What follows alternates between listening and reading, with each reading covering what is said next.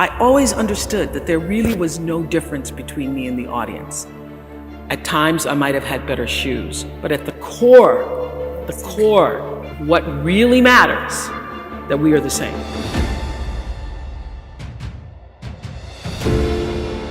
And you know how I know that? Because all of us are seeking the same thing. You're here at this fabulous school, and we'll go out into the world and each pursue based upon what you believe your talents are, what your skills are, maybe your gifts are, but you're seeking the same thing. Everybody wants to fulfill the highest, truest expression of yourself as a human being. That's what you're looking for.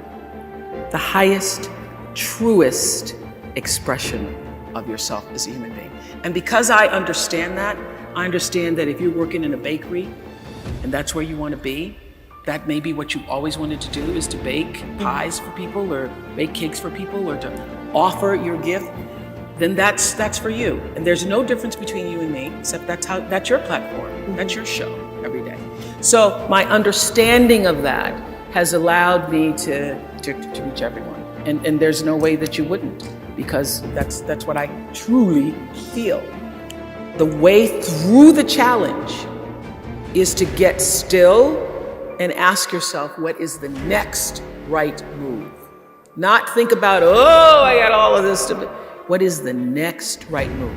And then from that space, make the next right move and the next right move.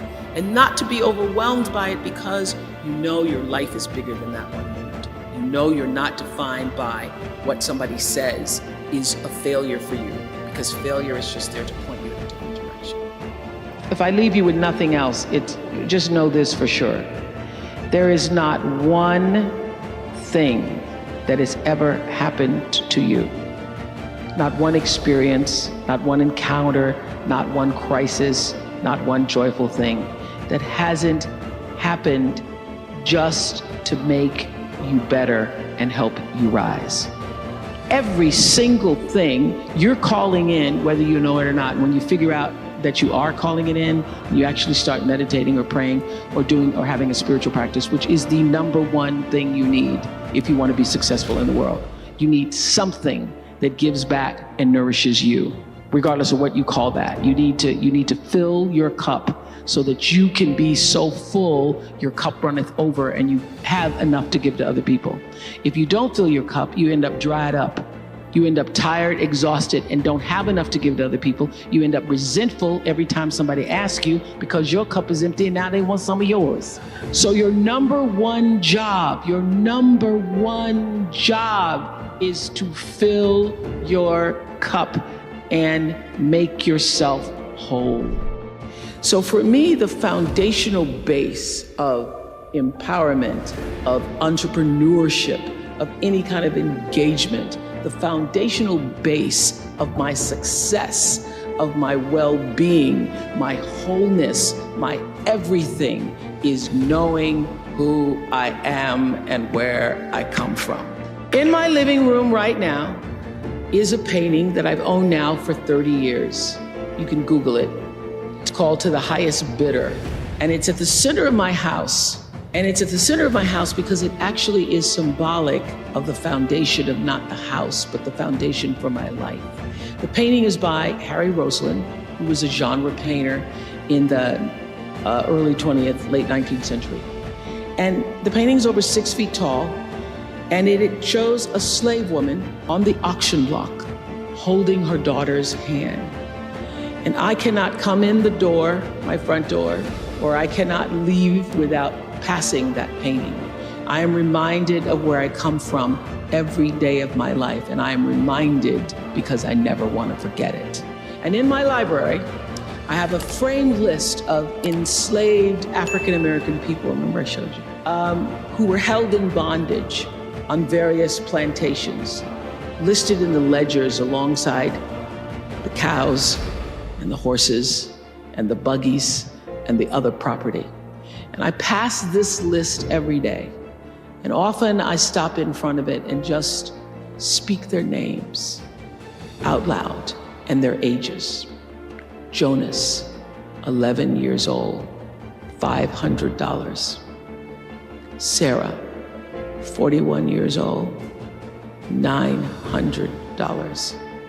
Elizabeth, 57, $800. And I forced myself to consider the absurdity and the obscenity of prices being affixed to each one should they be placed up for sale. And I sometimes just pause before them with a prayer, particularly before I have to make a big decision about one of my companies or whether I move forward or whether I stay still. It reminds me, speaking those names out loud, not only of where I've come from, but how far I have to go because of them. And it reminds me that I am never alone. It reminds me of what I've come through to get through. I say to my girls all of the time that your real work is to figure out where your power base is and to work on the alignment of your personality, your gifts that you have to give, with the real reason why you're here.